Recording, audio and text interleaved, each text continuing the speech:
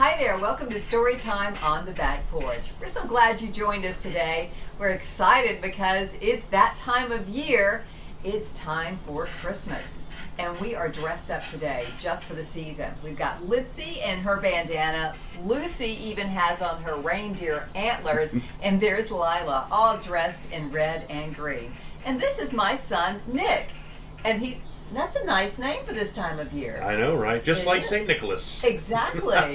Well, he is going to be our guest reader for today, and you've got a special story. I do indeed. I have a book called The Littlest Soldier. As you can tell, it's actually made of fabric, unlike a lot of other books which are made of paper.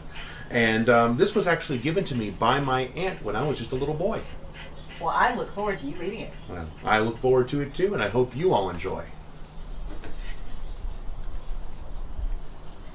Once, in a toy-filled nursery, a set of wooden soldiers stood rigidly at attention. They were lined up on shelves, and each seemed very much like the next. Except, of course, for the general. He wore a uniform with gold braid, and sat upon a spotted horse, and looked even sterner than his troops, perhaps because the wooden horse was so uncomfortable. In the last row stood one very small soldier. His uniform was just as handsome, and he stood just as bravely as the others. But when Santa had painted the face of this little fellow, he had looked in a mirror and copied his own jolly smile. And instead of a gun, this small soldier carried a tiny bright red drum. Rum-pum-pum-pum, rum-pum-pum-pum, he played over and over on the little drum. The bigger toy soldiers stared at him with stern faces. The general scowled and spoke in a solemn voice. "You aren't a real soldier like us. We carry weapons and are ready to perform brave, important deeds. You just smile and carry a drum. What could you possibly do with a little drum?" Though his painted smile remained as bright as ever, the little soldier's heart grew heavy. Perhaps the general is right. "Do you think that my drum and I are really useless?" he asked the other toys. "But I love to dance to the rup-a-pum of your drum," sighed the ballerina doll. She rose on her dainty toes and whirled around the nursery floor. "Oh, the rup-a-pum-pum of your drum is such fun," giggled the toy clown. "It makes me feel so happy, I want to turn somersaults."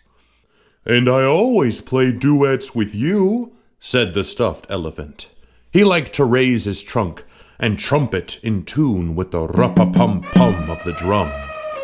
All of the toys told him how much they liked the rup-a-pum-pum of his little drum. Still, a tear slid down the small toy soldier's smiling cheek.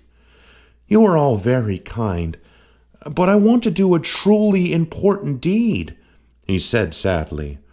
"Perhaps one day you will," growled the old teddy bear. "Meanwhile," he added kindly, "remember that Christmas will soon be here, and we must be ready to greet Santa Claus." Soon it was Christmas Eve, the most special night of the year for the toys. It was the night when Santa Claus visited nurseries all over the world and brought new toy friends. But as it grew dark, thick snow started to fall. It soon turned into a blizzard. The toys stood by the window and anxiously searched the sky for Santa's sleigh. "Where can he be?" they worried. "What if he can't find his way in the storm? What can we do?" they asked each other. "We'll wave and shout. Perhaps Santa will hear us," suggested the old teddy bear. "All together now."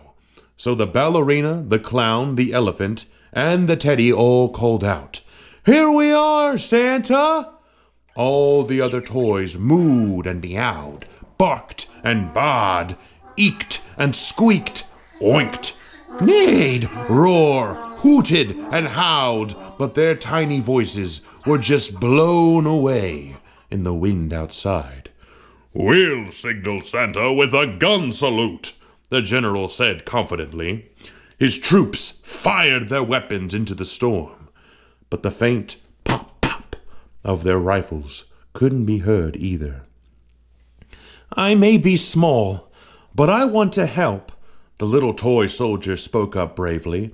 "I'll do the only thing I know how to do, but I'll try to do it better than ever before." And so he played his little red drum. "Rum-pa-pum-pum, do you hear my drum? Rum-pa-pum-pum, Santa, please come."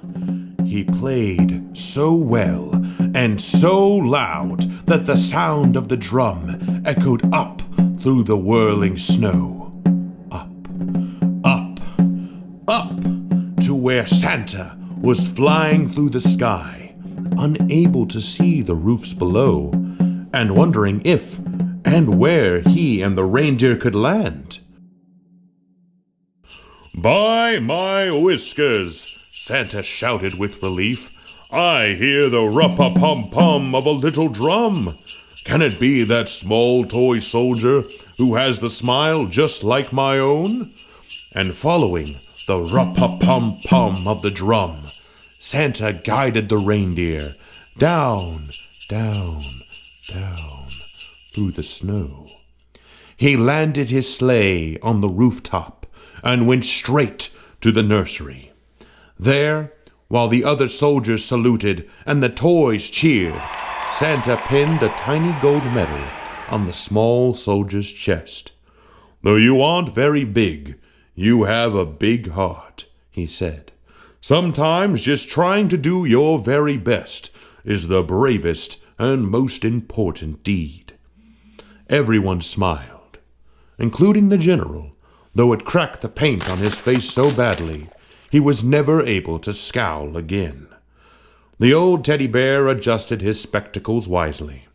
"I do believe," he growled, "that this will be the very best Christmas ever." And that was The Littlest Soldier. That was great. Okay, tell me, which were your favorite voices? You had lots of voices in there. At least a few. Yeah, a few, and some sound effects as well. Well, that was a great story. The Littlest Soldier. Mm-hmm. Very nice. A classic here in the Spencer family. Well, we hope you have a wonderful holiday season. Be sure and join us again for Story Time on the Back Porch, and you can hear a story anytime by subscribing to my YouTube channel.